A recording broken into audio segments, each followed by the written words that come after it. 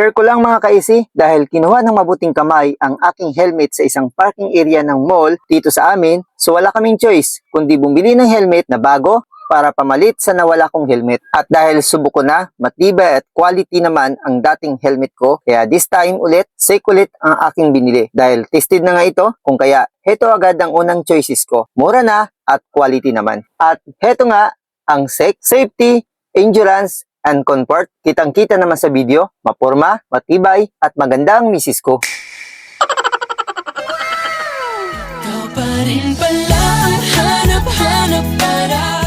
Yung helmet pala, pero sa totoo lang, hindi naman pahuli ang quality ng helmet na ito.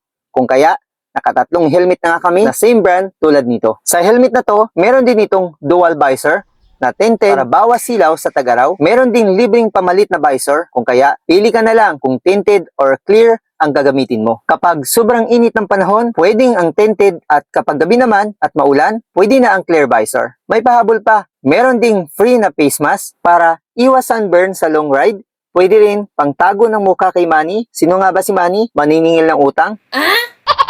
Pero syempre, iba pa rin na safe ang skin mo, lalo na sa tag-araw, kung kaya isuot mo na lang ang face mask. At yun lang sa video ito. Kung nagustuhan mo ang shinare naming helmet, nasa ibaba ang link kung sakaling nagustuhan mo. Thank you!